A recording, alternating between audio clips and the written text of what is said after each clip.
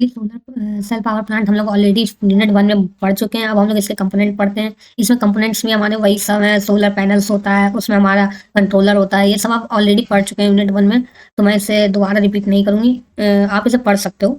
ये पीडीएफ मैं टेलीग्राम में प्रोवाइड करूंगी आपको, तो आप इसे पढ़ सकते हो, रीड ऑन कर सकते हो। ये डायग्राम भी सेम वैसा ही है जो हम ऑलरेडी यूनिट 1 में कवर कर चुके हैं। सोलर सेल होता है, उस पर हमारी स्ट्राइक करती है सनलाइट एंड देन हमारी कन्वर्ट होती है, मतलब चार्ज कंट्रोलर में जाती है, जो कि स्पीड मेंटेन करता है हमारी, ताकि हमारी जो बैटरी है वो डैमेज ना हो जाए। फिर वो डीसी जनरेशन, जो भी डीसी इलेक्ट्रिसिटी हमारी जनरेट हुई है वो बैटरी में स्टोर हो जाती है। एंड देन उसके अकॉर्डिंग अगर हमें डीसी लोड में चाहिए तो हम लोग डायरेक्ट बैटरी से ले लेंगे, और अगर हमें एसी लोड के लिए चाहिए इलेक्ट्रिसिटी तो हम लोग इन्वर्टर का यूज़ करेंगे। इन्वर्टर का मेनली फंक्शन ये होता है डीसी इलेक्ट्रिसिटी को एसी में कन्वर्ट करना। तो ये सब हमारा ऑलरेडी हम पढ़ चुके हैं, तो मैं इसे रिपीट नहीं करने वाली। सोलर रेडिएशन हमारी फॉल्स करती है ऑन पीवी सेल्स, ये सब पढ़ चुके हैं। इसके एडवांटेज, डायरेक्ट हमारी इलेक्ट्रिसिटी जनरेट होती है on moving, no moving parts, कोई भी मूविंग पार्ट्स नहीं होता, लाइक टरबाइन वगैरह। रिन्यूएबल, ये हमारी रिन्यूएबल होती है, इसे हम लोग दोबारा बार बार यूज कर सकते हैं। क्लीन होती है, मॉड्यूलर स्केलेबल होती है, अनलिमिटेड भी होती है। Slow operation and maintenance cost, हमारी मेंटेनेंस कॉस्ट कम लगती है। डिसएडवांटेज क्या होता है, depend on the sunlight on availability, means अगर सनलाइट हमारी अवेलेबल है तो ही ये वर्क ऑन करेगा, अदरवाइज नहीं। High initial installation cost, initial मतलब जो भी हमारा सेटअप करना होता है हर चीज़ का, तो उसमें इसमें हाई कॉस्ट लगती है। Requires large area, large area हमारा पूरी, सपोज दैट अगर आप इसे अपने टेरेस पे लगा रहे हो तो पूरा टेरेस कवर कर लेते हैं, इतना ज़्यादा इसे स्पेस चाहिए होता है। एप्लीकेशन हमारी utility scale electricity generation, of grid solar power supply, जहाँ पे भी रूम एरिया, रिमोट एरियाज होते हैं जहाँ पे पावर सप्लाई चाहिए होती है, तो उसमें हमारी मेनली ये यूज़ की जाती हैं। अब हमारा आता है solar thermal power plant.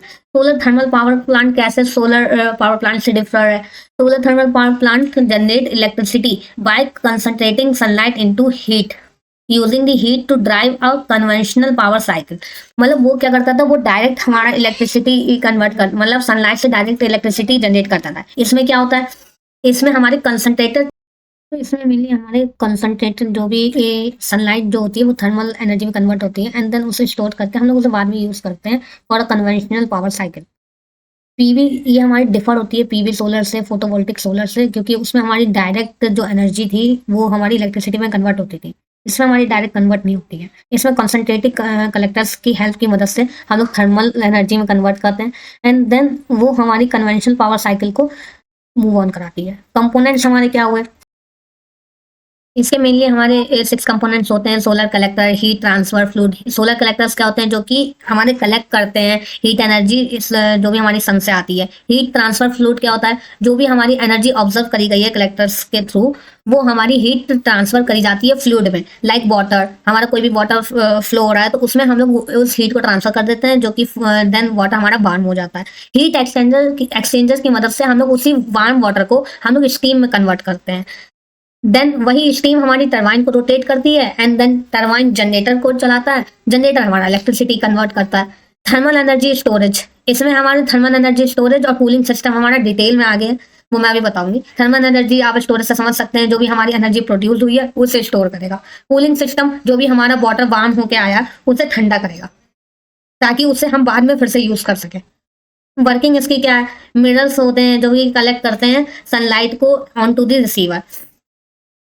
Mirrors के थ्रू जो भी हमारी लाइट आती है वो हमारी एक पर्टिकुलर रिसीवर पे जाती है, एंड देन हीट ट्रांसफर होती है फ्लूइड में, एंड देन फ्लूइड हमारा कन्वर्ट होता है किसमें, स्टीम में, with the help of heat exchanger. And then जो स्टीम हमारी बनती है वो हमारी टरबाइन को चलाती है, इलेक्ट्रिसिटी जनरेटर चलता है, एंड जनरेटर हमारा इलेक्ट्रिसिटी वो करता है। फिर स्टीम हमारी कूल्ड हो जाती है, कन्वर्ट हो जाती है वाटर में, मीन्स ये पूरा जो साइकिल है वो चलती रहती है। एडवांटेज क्या है हमारा, ये रिन्यूएबल है, क्लीन है, और can store heat from night time electricity, मतलब अगर सपोज दैट सनलाइट हमारी नाइट में तो होती नहीं है, तो ये उस टाइम भी हमारा वर्क करता है। डिसएडवांटेज क्या है, इनिशियल कॉस्ट हाई होती है, needs large area, depend on sunlight, weather, uses water for cooling. Application electricity generation, industry process heat, desalination, power supply in remote slanny areas. हमारे टाइप होते हैं सोलर थर्मल पावर प्लांट्स के, ये हमारे उन्हीं के बेसिस पे हैं। लाइक हम लोग किस टाइप के कलेक्टर यूज कर रहे हैं, मेनली हम लोग इसमें हम लोग कंसंट्रेटेड कलेक्टर यूज करते हैं। जो जो हमारे टाइप्स होंगे कंसंट्रेटेड के, वही हमारे टाइप्स होंगे सोलर पैनल के। आप देखो पैराबोलिक थ्रो पावर, क्योंकि इसमें हम लोग पैराबोलिक थ्रो हम लोग यूज करते हैं कलेक्टर, तो इसीलिए हम लोग हमारा एक ये टाइप बन गया। ऐसे ही हमारा सोलर पावर टावर हम लोग यूज करते हैं, central receiver, parabolic dish use करते हैं, कलेक्टर इसमें। तो वही सब है हमारा, ये आप पढ़िएगा तो आपको समझ आ जाएगा। लीनियर फ्रेजनल रिफ्लेक्टर मीन्स वही हम लोग जो कलेक्टर, कंसंट्रेटेड कलेक्टर के जो टाइप्स है वो हम लोग हर उसमें अलग अलग यूज करें। तो ये अलग अलग टाइप हमारा बन गया सोलर पावर प्लांट का। कूलिंग टावर क्या होता है? Cooling tower is a heat rejection device. ये हमारा एक हीट रिजेक्शन डिवाइस होती है जो कि वाटर से extra amount of heat remove करती है। टाइप ऑफ कूलिंग टावर क्या होता है? Natural draft, mechanical draft, flow arrangement. Natural draft, air rises naturally due to temperature difference. Means temperature difference की वजह से जो भी हमारा एयर राइज होती है उसके थ्रू जो वाटर हमारा बांध से कूल हो जाता है, तो वो हमारा नेचुरल ड्राफ्ट होते हैं। मैकेनिकल ड्राफ्ट में हमें कुछ फोर्स लगाना पड़ता है, लाइक फैंस को हम लोग मूव कराते हैं, जैसे कि ये फैन लगा है, ये हमारा जो फैन लगा हुआ है इसे हम लोग मूव कराएंगे जिसके थ्रू हमारा वाटर कूल हो जाएगा। फ्लो अरेंजमेंट, तो मैकेनिकल ड्राफ्ट में हम लोग क्या करते हैं? फैंस का एक्सटर्नल सोर्स का यूज करते हैं जिसके थ्रू हम लोग वाटर को कूल करते हैं। फ्लो अरेंजमेंट में क्या होता है? मीन्स जिस उसमें हमारी एयर फ्लो हो रही है उसके अपोजिट में अगर हम लोग वाटर को फ्लो करें तो ऑफकोर्स ही वाटर बात है तो वाटर कूल हो जाएगा। अब थर्मल एनर्जी स्टोरेज में क्या है? थर्मल एनर्जी स्टोरेज हमारे ऐसे सिस्टम्स होते हैं जो कि सोलर हीट को स्टोर करके रखते हैं ताकि हम लोग उन्हें बाद में यूज कर पाए, लेटर यूज कर पाए। Allowing solar heating and cooling to work even when sunlight is not available. मतलब हमारी सोलर हीटिंग अलाउ करते हैं, कूलिंग अलाउ करते हैं ताकि जब भी हमारे सनलाइट अवेलेबल ना हो तब हम लोग यूज कर पाए। Solar collector capture sunlight and convert it to heat. Solar collector क्या करते हैं? कैप्चर करते हैं सनलाइट को और हीट में कन्वर्ट करते हैं। This heat stored in a storage medium, हमारे स्टोरेज मीडियम में स्टोर होते हैं। अब ये हमारे कुछ टाइप के sensible heat storage, latent heat, thermochemical storage.